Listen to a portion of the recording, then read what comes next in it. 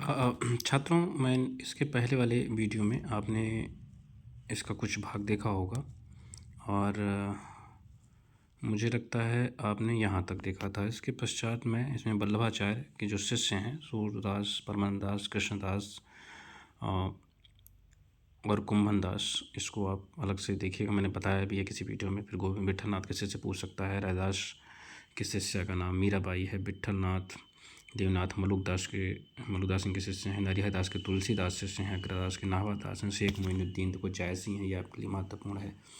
उसके बाद जो है आचार्य महर्षि द्विवेदी की जो शिष्य हैं मैथिली शरण हैं, प्रेमचंद है, निराला है। मोहिनी लाल की जो शिष्य हैं वह जयशंकर प्रसाद हैं। बाकी इनमें से किसी को महत्वपूर्ण आपके लिए नहीं है। राजा शिव प्रसाद सितारे हिंद के जो शिष्य हैं वो भारतेंदु हैं। और इसके बाद जो है आप निजामुद्दीन औलिया के शिष्य जो हैं अमीर खुसरो हैं। और वृंदावन देव के जो शिष्य हैं वो घनानंद हैं। ये आप तैयार कर रखिएगा छात्रों, बहुत ज़रूरी चीज़ है। ठीक है,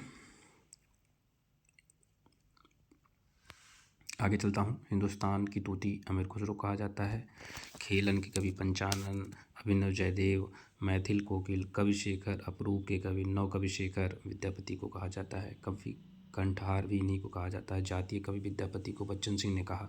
पंचदेव उपासक विद्यापति को हरप्रसाद शास्त्री ने कहा। श्रृंगार रस सिद्धवाग विद्यापति को हजारी प्रसाद। ये सब उपमान केवल याद रखिएगा, विद्यापति को कहा। अगर बहुत कठिन पूछना चाहेगा तो बच्चन सिंह वाला पूछ सकता है आपसे। अमीर खुसरो को जो है कवियों का राजकुमार कहा जाता है। और किसने कहा था? यशस्वी प्रसाद इतिहासकार यशस्वी प्रसाद ने कहा था। हिंदी के बहुहित पुष्पदंत को जाता है अभिमान मेरु। काव्य रत्नाकर कवि कुल तिलक पुष्पदंत को प्राकृत पाणिनि हेमचंद्र कवचन ने कहा था। ये आपके लिए उतना महत्वपूर्ण नहीं है, पर हिंदी के पाणिनि किशोरीदास वाजपेयी को, ये आप याद रखिएगा। और इसमें और मिल जाएगा, बता रहा हूँ। पुष्टिमार का जहाज सूरदास को कहा जाता है। और एक लाइन है पुष्टिमार का जहाज है, ऐसे कुछ लाइन है तो देखिएगा। उसमें ये लाइन पुष्टिमार का जहाज जो कहा है सूरदास को कहा था, लेकिन किसने कहा? विट्ठलनाथ ने कहा था। जैन कवि साहित्य का रहस्यवादी कवि राम सिंह को, ये तो वहाँ से का डिक्टेटर कबीरदास को किसने कहा था? हजारी प्रसाद द्विवेदी। ये तो मैंने कहा पेपर में आने के 100% चांसेस हैं। राम काव्य के पुरस्कर्ता रामानंद हैं। आकाश धर्मा गुरु रामावत संप्रदाय के संस्थापक रामानंद को कहा जाता है। हजारी प्रसाद द्विवेदी ने कहा है। इसके बाद जो है रसिक संप्रदाय की स्थापना अग्रदास ने की। रूपों का बादशाह तुलसी को कहा जाता है, इतना याद रखिएगा। अनुप्रास का बादशाह भी तुलसीदास को, उत्प्रेक्षा का बादशाह तुलसीदास को, उसको अनुप्रास का बादशाह रामचंद्र शुक्ल ने कहा है। मानस का तुलसीदास को कहा जाता है। हिंदी का जातीय कवि तुलसीदास को रामविलास शर्मा ने कहा। हिंदू जाति का प्रतिनिधि कवि भूषण है। रामचरितमानस के प्रथम टीकाकार, ये आपके महत्वपूर्ण नहीं है। अयोध्यादास वासी रामचरण दास हैं। ठीक है, अलंकारों का बादशाह केशवदास को कहा जाता है। एक भारतीय आत्मा माखनलाल चतुर्वेदी की अगर कोई कविता आपने यहाँ है तो। अकुंठ ये वयस्क श्रृंगार दृष्टि तथा तृप्ति के कवि सूर्यकांत त्रिपाठी निराला हैं। प्रकृति के सुकुमार कवि, ये बहुत महत्वपूर्ण है, याद रखिएगा। पंत को कहा जाता है।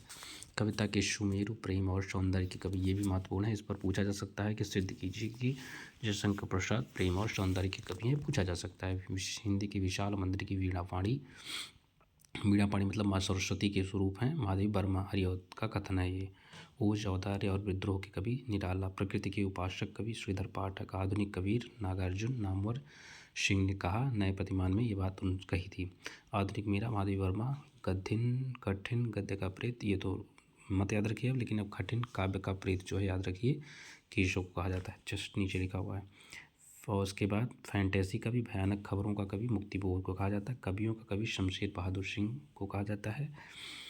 और आपके यहाँ एक कवि है घनानंद। जवादानी दावा रखने वाला कवि घनानंद। कोड का कवि केशवदास। उड़गन केशवदास नाभादास ने कहा। कठिन काव्य का प्रीत का कवि केशवदास को रामचंद्र शुक्ल ने कहा था। उसके बाद जो है इसमें कुछ भी आपको याद रखने की ज़रूरत नहीं है अभी तक। छंदों का अजायब घर किस रचना के लिए कहा जाता है? रामचंद्रिका को। किसने कहा है? रामस्वरूप चतुर्वेदी ने। ये दोनों चीज़ आप लिख लीजिए कहीं पे। नागार्जुन को प्रकृतिवाद का सलाहकार पुरुष कहा जाता है, यह भी महत्वपूर्ण है। नुक्कड़ कविता, ये महत्वपूर्ण नहीं है आपके लिए। कुछ उपनाम है जो हमने आपके लिए निकाले, तो इसमें जो मैं बोल रहा हूँ उन्हीं को आप दिमाग में रख लीजिएगा। इसमें सब नहीं, लेकिन मैथिल कोकिल अभिनव जयदेव विद्यापति को कहा जाता है। जायसी मलिक मोहम्मद को कहा जाता है। अर्शाप का जहाज, पुष्टिमार का जहाज, खंजन नयन, वात्सल्य रस का सम्राट सूरदास को कहा जाता है। रसखान सईद इब्राहिम रसखान को कहा जाता है। तुलसीदास को कवि शिरोमणि, मानस का हंस, लोकनायक, हिंदी का जातीय कवि तुलसीदास। और इसमें जो है अब्दुल रहीम खान खाना ये इतना महत्वपूर्ण नहीं है। घनानंद को रश्मो प्रेम का पीर का कवि साक्षात रश्मूर्ति जबादानी का दावा रखने वाला कवि कहा जाता है। बस छोड़ दीजिए, आगे चलते हैं। इसमें शिव सितारे हिंद भारत इनके गुरु हैं, राजा शिव प्रसाद सितारे हिंद उनका नाम था। और इसमें भुजंग भूषण भट्टाचार्य, सुकवि किंकर, आत्माराम, ये सब पांचवा द्विवेदी कहा जाता है।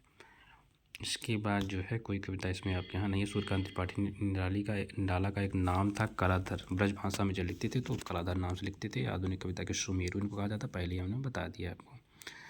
पंत को गोसाई दत्त का, उनके बचपन का नाम था गोसाई दत्त। कल्पना का लाडला नंदनी, एक निहत्था सुधाकर और नंदन जी सुमित्रानंद पंत का है। आधुनिक युग की मीरा माधवी वर्मा, एक भारतीय आत्मा माखनलाल चतुर्वेदी, एक राष्ट्रीय आत्मा राजा राम शुक्ल, वियोगी मोहनलाल महतो, नागार्जुन यात्री, रागी राघव, ये सब देख लीजिएगा। इसमें और कुछ भी महत्वपूर्ण नहीं है।